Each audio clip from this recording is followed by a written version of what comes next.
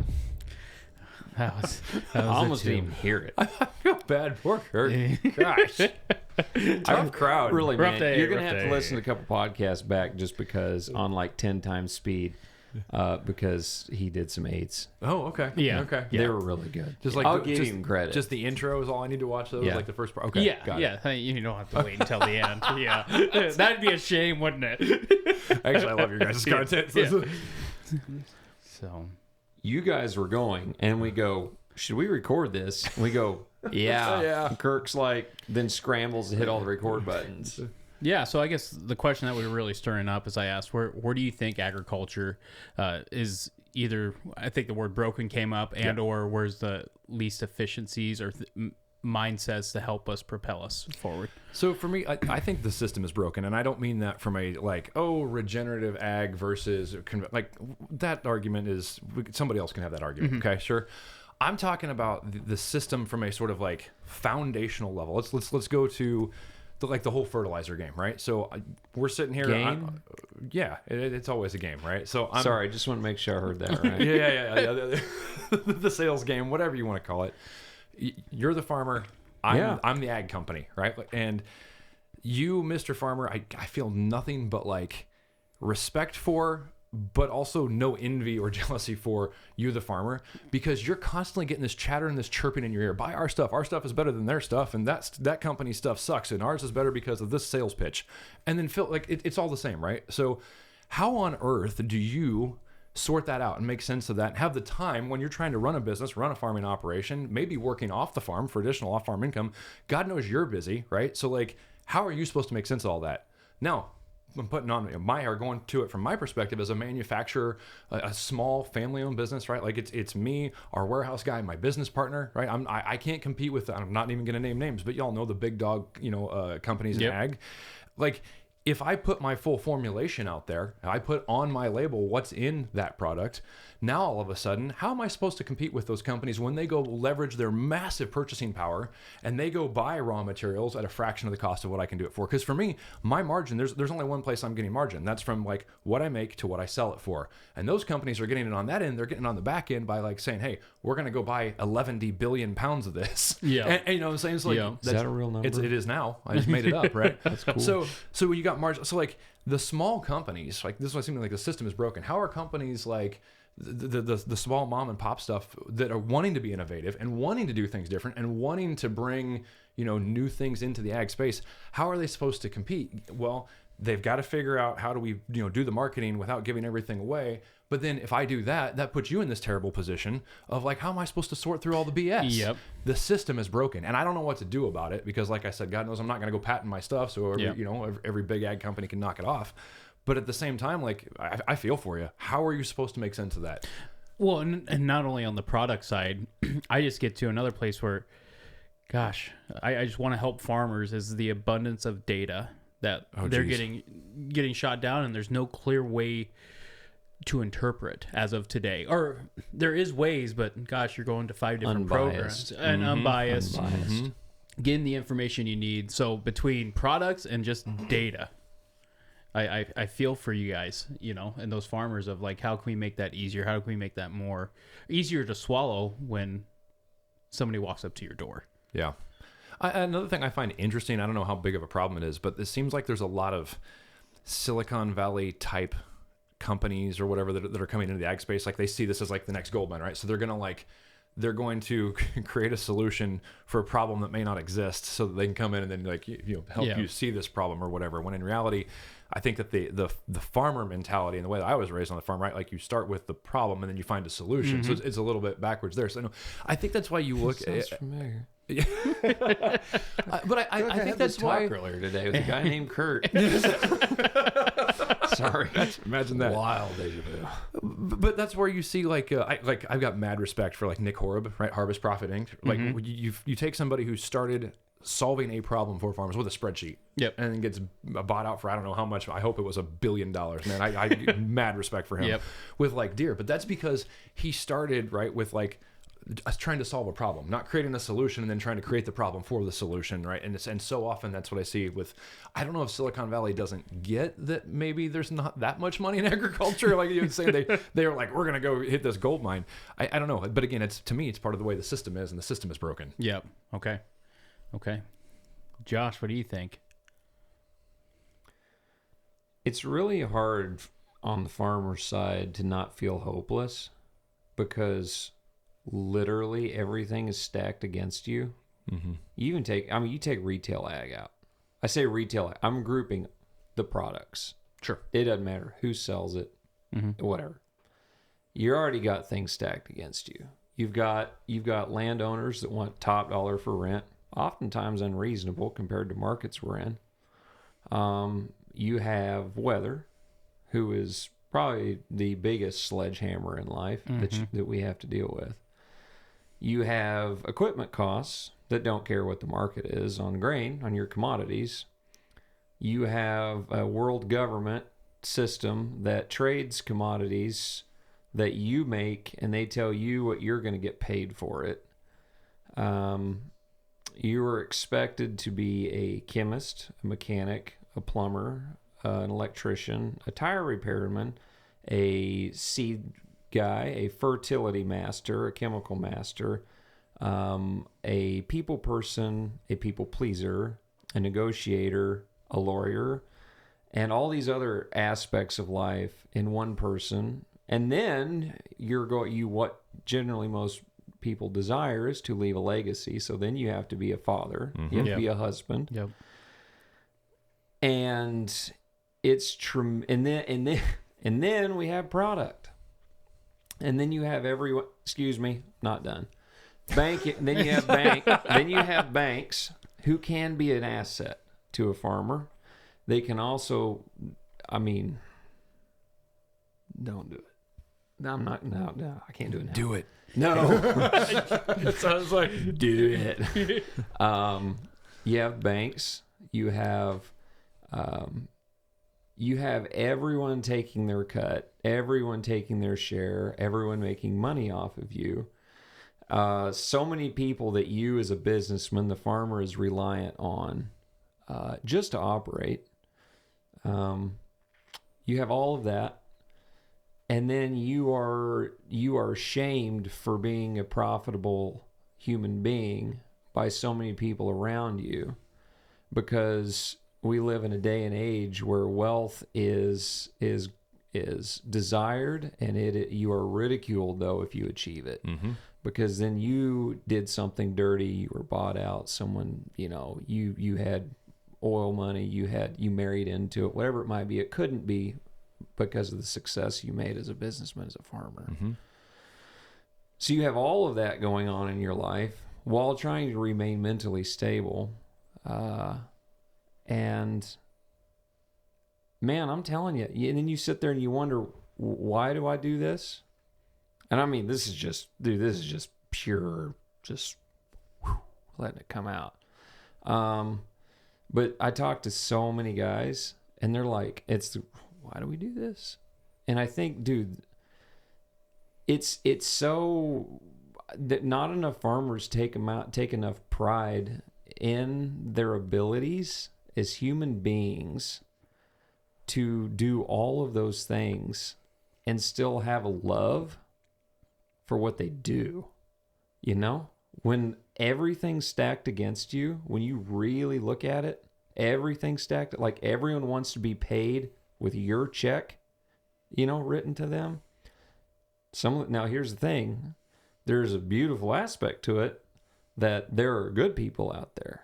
Yep. That when I, as Josh Pretzer farmer, write my check, like my seed guy, or my airplane guy, my applicator guy, that guy. I'm thinking of people in my life. I have a good relationship with my banker. I have a good relationship with my equipment dealership. And it's, dude, when I write a check, I'm handing it over to someone who I'm thankful for the job that they did. It might be a lot of money, Might be. It's anymore. It just is.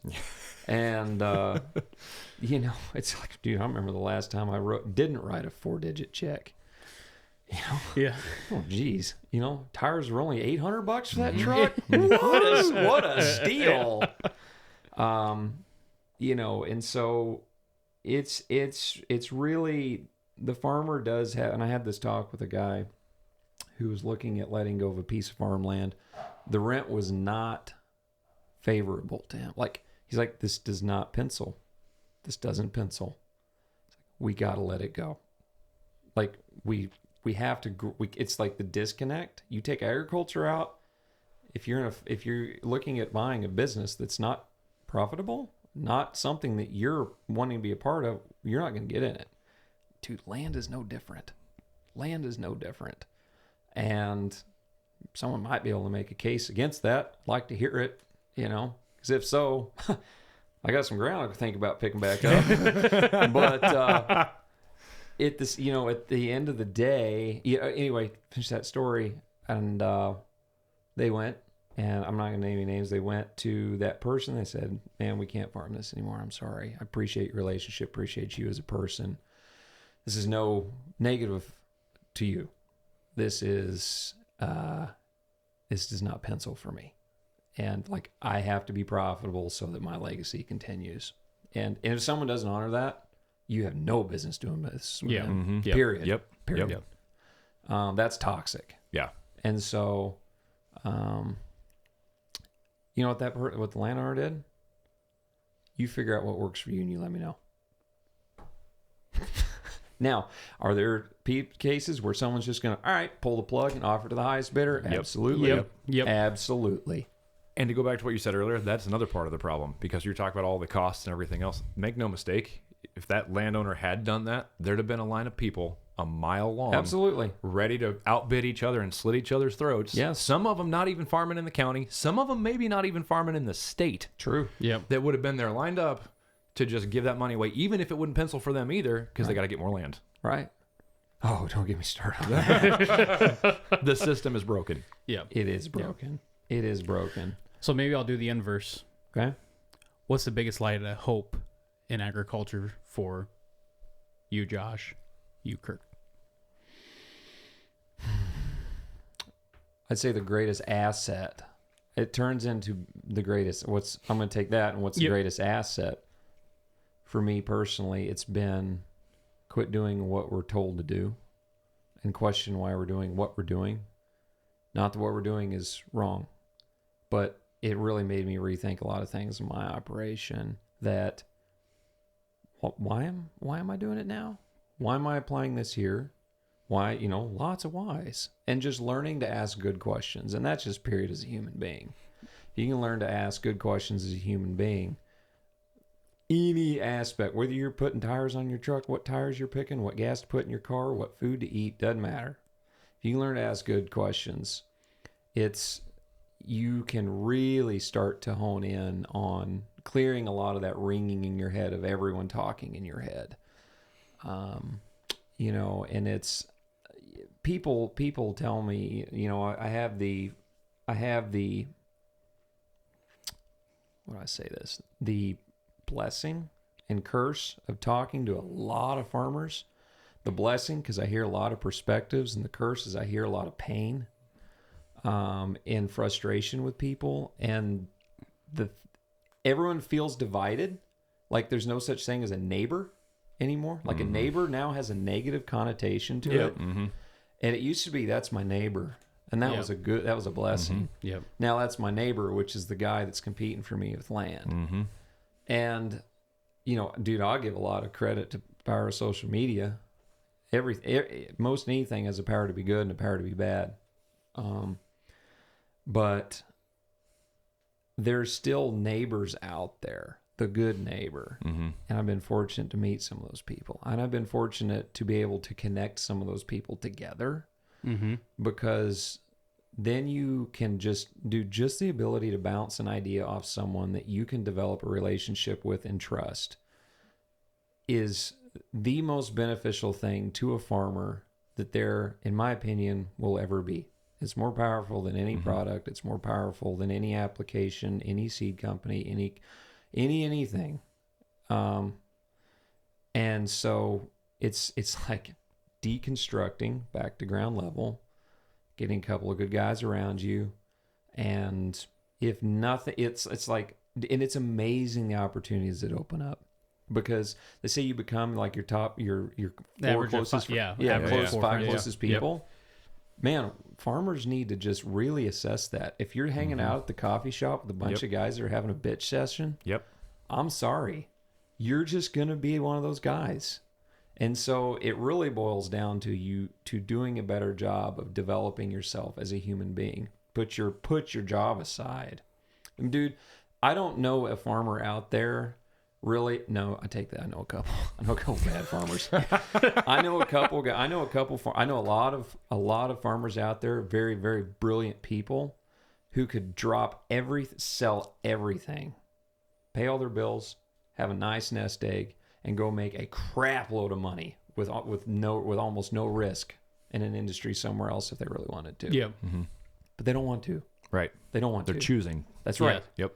And so, and it's dude, people have lost pride in their job because, and when you feel like, I write my check, everyone gets paid at the end of the day and the farmer finally gets paid at the end. And when you basically financially cash roll everyone else's risk, and that only builds your level of risk, it makes you feel really low on the totem pole.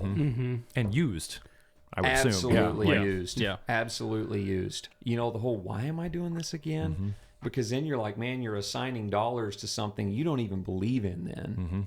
And so, not that it's a wrong thing, but if you don't understand it, it's really not somewhere you should stick your money, in my personal opinion. So, what was the question you asked? I think you nailed it. What the greatest source of hope? Yeah. The greatest source of hope is not an application that you ever do in a field. It's surrounding yourself with the best people you can find and having the balls to let go of the bad people around you. Yeah. Because, man, like in when I was a kid growing up, there was the coffee shop guys, and those guys were toxic. Like, they were toxic to be around. You can go in and having a great day. You sit down and have a sandwich, and you don't even have to talk. You just sit there, and you come out. You snap at this person. You gripe about that field down the road. Well, that guy didn't have a clue what he's doing, and you really start to contaminate the mental process of your life, and it carries home. And then you start picking at your wife. You start telling your kids you didn't pay to do this. You didn't do that. Man, that's just industry aside. That's just if you can surround yourself with good people. Man, that's where hope starts again. And I have had guys tell me, like, dude, I feel hope finally again because I felt like someone cares or someone can relate to what I'm going through. And it's not how deep do I plant my corn? It's not, do I put potassium on it R4, to get a response. Yeah. Right. Yeah. That's a byproduct, man. You surround yourself with smart people that have good intentions, that care about your best interest. Dude, the best thing to do is tie your cart to someone who has no financial gain in you whatsoever. Like, really. I would say that I moved further ahead in my progression as a person when I looked for people who really didn't have time for me, but were kind enough to have time for me. Because they're going to tell me when I'm messing up, and they're going to tell me when I'm doing good, and they have nothing to gain from either one. And and so that's where hope in agriculture starts again. And I will die on that hill. I don't care what company it is out there that disagrees with that. That's fine. You make your case, have your following, your people, whatever it might be. But when that comes back into agriculture, dude, then good advice just comes faster than you can take it. Yeah. Really. Well, and the good and bad of social media, right, is that now that doesn't necessarily have to be a literal neighbor. that you're talking about. In fact, most of the time it's probably not. It's not. Yeah. When you asked that question, Pretzer thought for just a second. I almost interrupted because for me it was easy. Instantaneously, I went to relationships. Yep. Yeah. And again, this is where social media can be a double-edged sword, right? Like you see the guys out there farming, this guy's 15 or 30,000 acres and blowing up social media and all that stuff. And social media is so screwed up because it gives us this false sense of, like the Instagram filter deal, right? Where everything is perfect, everything is whatever. You don't see the behind the scenes crap. But then, like, one of the things I love about TikTok is I don't think TikTok is a real relationship, like just me chatting with somebody on there. But like how many times does it go from I'm chatting with this person on TikTok to, hey, we actually ended up talking, or we met at a farm show, or we did whatever. So that's what I would call like real relationship. And for me on the supply side of things, it's cool where we've had like farm families and guys that I've worked with for so many years now. And there may be a time where they're like, hey, because I've worked with different ag companies over the years, and like either the product doesn't fit, or I'm like, hey, I don't want you to use this product because it's not a fit, or they're like, hey, times are tight, we can't use it. But that relationship has continued and transcended that sales relationship to the point where, I'm going to the PNW here in a couple weeks, and the people that I've worked with for like 10, 15 years, they're like, hey, come and stay with us. It's like when you have that, like, you haven't been on my farm in 3 years or 5 years or whatever it's been, but by God, when you come out, you stay at our house. And it's that relationship, that real a lot connection. Of money on hotel costs and eat a lot better food. Yes, and have good conversation, man. But that's I can drive from one in the United States to the other, never stay in a hotel, and stay with friends every time. And that's awesome and that's where that connection comes, like I said, where sometimes it's maybe, introducing a guy in Idaho to a guy in Georgia to a guy in Montana to a guy in Texas, because like I said, those are your neighbors, right? Even biblically, who is my neighbor? It doesn't have to be the person who's right next door. And a lot of times it's definitely not the person next door. They're not neighborly, right? But if we can use and leverage social media to build those real relationships, guys they can talk about their struggles. Like what's actually going on in your world. This is why I think that farm talk is so relatable. Even if it's just you like in a grain cart, or pulling a grain cart, or you like, doing the drone thing. Like, it doesn't matter what it is. That's relatable to people, and that's where you can start to build those relationships. That was great. I'm telling you, man, you ripped the top off that soapbox on my end. Well, that's good. Like I'm sorry, like this is gonna sound really stuck up, but refute it. If you refute it, and man, there's been a few times where I'm like, that can't be it. I was a negative Nancy to it, and I had to really, I got ground checked by those people that had permission to ground check me, and be like, no, this is what it boils back to, because where you spend your time, where people you surround you with is who you'll become like.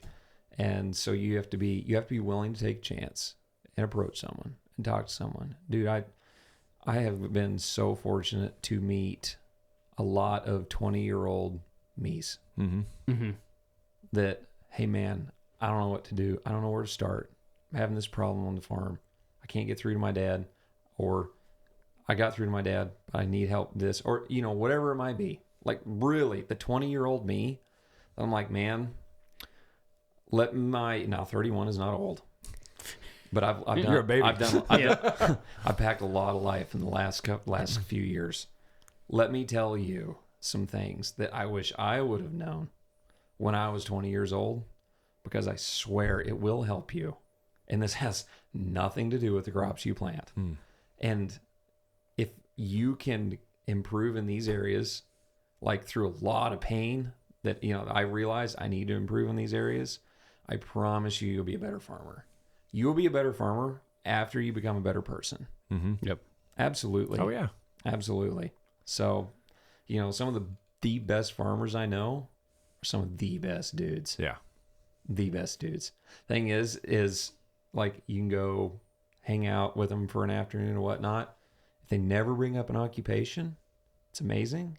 You would almost never guess those guys are farmers. Like, really. You're like, yeah. And then and he's like, man, what do you do? I farm. What? But you're cool, and smart and fun and everything else. And it's like, dude, like, the farmer's the last homeschool kid. The homeschool. I was homeschooled, so I can pick on people. Okay. Fair enough. I was homeschooled. I'm untouchable here. But like, the homeschool kid was kind of the weird outcast. Nobody really talked to him type thing. Dude, farmers go to a place that's not agriculture. You don't have much connection points with people. Nobody knows about tractors. Nobody knows about dirt. No one knows about staying up till 4 a.m. trying to beat a storm, things like that. There's a lot of tough things that you can't relate to. And so so how many people in the United States farm? It's 1% or less, right? Less. I think it's something like that. Yeah, 1% or less. Okay, that means 99 out of 100 people don't relate to your life in a close way. Can we clarify one thing? Yeah. That doesn't mean they don't have an opinion. And then I'm going to take things back super negative for just a second, right? Because social media, here's the downside of it, and mainstream media, whatever you want to call it, it doesn't matter. They all have an opinion on the way that you should be doing it, even though they may have no connection to it. Sorry, I just want to throw that little caveat out there. Dude, the best advice I got was from Joe Rogan. Quit reading the comments. Now, every once in a while you find someone that's looking for help in the comments. Yep. Some good people. Yep. But, and man, it's tough. It's tough to not take things personally. Dude, I get attacked all the time. And, I mean, it's tough. And that's a whole nother level of working on yourself and mentally and everything else. Because if you try to be good, I'm not saying if you're good, if you just try to be good, you'll try to be shot. People will try to shoot you down. Yep. Absolutely. All day. It doesn't matter the field you're in. Plumbing, electrical, baking, farming, race car, doesn't matter. People will try to shoot you down. And that's unfortunately, that's this thing we call life. Yeah. No joke. It's very unfortunate. Yeah. People always ridicule you for the way you decide to raise your children. Someone will ridicule you for the vehicle you drive. Someone will ridicule you because you don't live in a nice house, and they'll ridicule you because you live in a nice house. And dude, I'm telling you, what it boils down to is that's just not the people you want to surround yourself with. And sometimes cutting those ties is very tough. It's very tough. And it doesn't mean you have to cut. Just spend less time with them. Yeah. Deprioritize, maybe? Deprioritize. That's exactly right. Dude, this is one of the things. So there's a couple things that have really struck in my mind the last month that have just weighed heavily. My ADD self is trying to focus on a couple of things better. And one of them was, it was actually talking about marriage. All right. Because I talk to a lot of guys in their 30s and we end up talking about kids and marriage, which is great. Dude, if I never talk to a guy about a corn plant, but we can talk about marriage. Yep. Praise God. And so, anyway, I don't remember where this quote, I might have read it online. I don't remember. I feel like someone told me this. But they say, you know how grass is greener on the other side? I said, yeah. I said, because you didn't take care of your grass on your side. Dude. That is brutally honest and 100% true. Check you so fast. Because, you think about it and you're like, dude, on the marriage side, dude, it's easy to come home and you gripe at the wife and she gripes at you, and she took care of the kids all day long, and you had to clean out a grain bin in the month of August in the afternoon because the truck was late. And all these things compile, and it's just whether it's marriage, really, your employee relationships, your relationship with your dad and mom on the farm, your sibling that you might farm with, whatever it might be. That gnat is gonna die. Kill where that came from. And so it's back to the coffee shop toxicity. There's some good coffee shop talk out there, by the way, and it's making sure that you take care of the home front first. Like, hey, I got to take care of myself, because if I can't take care of myself, I can't take care of anyone else. And it's prioritizing. It's like I only have so many hours in the day. Yep. And so I have to use my time wisely. And anyway, very, very successful friend of mine told me, he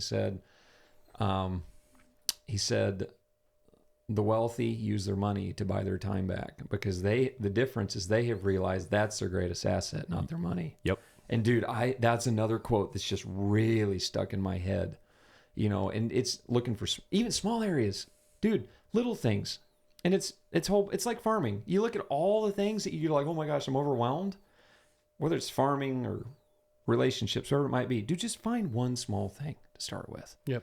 And I don't know, like taking out the trash. I found out, you know what? If I prioritize taking out the trash for my wife, it really helps her and improve her marriage. Anyway, so we didn't talk anything about. Did we talk about farming on this? Yeah, we talked about ag. Yeah. Oh yeah, corruption in agriculture. Or wait, no, that might be another one later. Later. But anyway. So that's, man, we knocked a couple out. Thank you so much for allowing us into your home. Thank you guys. I've had a blast. And it's fun. My hope at the end, hopefully farmers can feel like they got some more hope going into this year. Yes. And just out of respect, Kurt, how can they get a hold of you? Easiest way is just on our website, alchemybioscience.com. Awesome. And they can send me a message on there, and it'll go to my phone. And if they still have the TikTok app? Oh, yeah, same thing, at Alchemy Bioscience. Can you spell alchemy? You betcha. ALCHEMY, Alchemy Bioscience. It's all about surrounding yourself with good people, man. Amen. And so thank you for your time. Yeah, man, maybe we live to farm another day. Or fight. However you feel. Either or both. Same thing. Yeah. Anyway, guys, thank you. Over and out.